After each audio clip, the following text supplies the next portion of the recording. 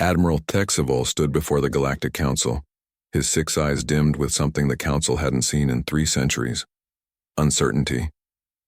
The holographic display behind him showed nothing but dead space where Scout Fleet Zeta 7 should have been transmitting. 3 cycles, he said, his translator rendering his clicks and whistles into the common tongue. 3 cycles since we lost contact with our scouts near the Sol system. The council chamber erupted in concerned murmurs. The Valorian Empire had mapped 40,000 systems. They had subjugated 300 species. Their scout fleets were equipped with quantum communicators that could punch through stellar interference, spatial anomalies, even the event horizons of certain black holes. They did not simply disappear. "Show us the last transmission," demanded Councillor Vryn, her crystalline form refracting the chamber's lights into dancing patterns. Texavol gestured, and the recording played.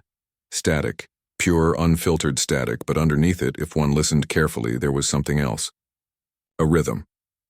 Almost like laughter. "That's impossible," someone whispered. "We're dispatching Investigation Fleet Omega-3, Texavol announced. 12 dreadnoughts, 4 carrier groups, full tactical deployment. Whatever destroyed our scouts will face the full might of the Empire." He said it with confidence. He had conquered solar systems with less. The investigation fleet arrived at the Sol system's edge exactly 47 standard days later. Captain Zorath, a decorated veteran of the Antares campaign, studied the tactical display with growing unease. The system was primitive: radio waves, chemical rockets, nuclear fission. These beings had barely left their homeworld. "Scan for the scout fleet debris," he ordered. The science officer, a young Calixian named Mir, worked the console with practiced efficiency. "Captain, I'm detecting—" "This is strange. I'm detecting Valorian transponder codes, but they're not coming from wreckage." "Explain." "They're broadcasting from the 3rd planet. All of them. From multiple locations across the surface." Zorath's scales rippled, a physiological response to confusion. The natives couldn't possibly have taken our technology. Their development level. "Captain, incoming transmission." It's from the planet.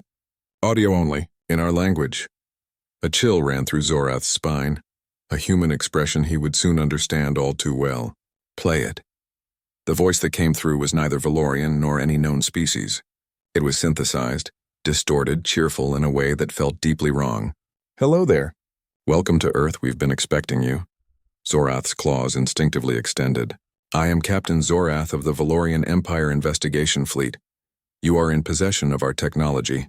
Surrender it immediately and submit to Imperial authority." "Your technology?" "Oh, you mean the scout ships?" "Yeah, sorry about those. We kind of took them apart. Very interesting stuff, by the way. Your quantum communicators are fascinating, though we've been using quantum entanglement for encrypted communications for almost a decade now. Yours are just more compact." "You destroyed a Valorian scout fleet," Zorath said slowly, his voice dropping to the predatory register that had made enemy commanders surrender at the mere sound of it. "Do you understand what that means?" "Sure do. It means you sent scouts to assess whether we'd be easy to conquer. Spoiler alert, we're not." Mir looked up from his console, his face pale. "Captain, I'm detecting massive energy signatures across the planet. They're powering up something, multiple somethings. Thousands of them." The human voice continued, still cheerful. "See, here's the thing about humans. We're really good at 2 things, making friends and making weapons. Sometimes we get confused about which one we're doing. Your scouts showed up unannounced, refused to communicate, and started scanning our planet like they owned it. So we assumed weapons." "You're bluffing," Zorath said, but his voice lacked conviction. "Your technology level is deceptive," the human interrupted. "We've had nuclear weapons for 80 years. We've been fighting wars since before we could write. We've imagined every possible way to kill each other, and anything else that might show up. And then we invented science fiction, where we imagined all the ways aliens might try to kill us. We've been preparing for you for a century." The tactical display erupted with warnings. Thousands of missiles were launching from the planet's surface. "No, not missiles." They moved wrong, too fast. They were changing trajectory in ways that defied physics. "Those are relativistic kill vehicles," Mir whispered in horror. "They're riding gravitic shunts. That technology is classified Empire level. How do they have gravitic shunts?" "We don't," the human voice said pleasantly. We have something better. We call it figuring it out. Your scouts had gravitic technology. We had 10 days and a whole lot of really motivated physicists who watch way too much Star Trek. Also, coffee. Never underestimate what humans can do with coffee. Zorath watched his fleet's defensive systems light up. The kill vehicles weren't just coming from the planet. They were already in orbit, had been the whole time camouflaged, waiting. The Empire's finest military technology was facing an enemy that had learned to replicate it in days and improvise beyond it in weeks. Retreat, he ordered. All ships, emergency jump to rally point. Oh, one more thing, the human voice said. We've been listening to your communications. We know where your rally point is. We know where your empire is. We've already sent a message back with your quantum communicators. Want to know what it said? Zorath's blood ran cold. It said, humanity offers the Valorian Empire a choice. Friendship or obsolescence. Choose wisely, P.S. We really prefer friendship. We make excellent allies. But seriously, don't test us. As his fleet jumped away, running from a species that still used chemical rockets to reach orbit, Zorath understood something fundamental about the universe.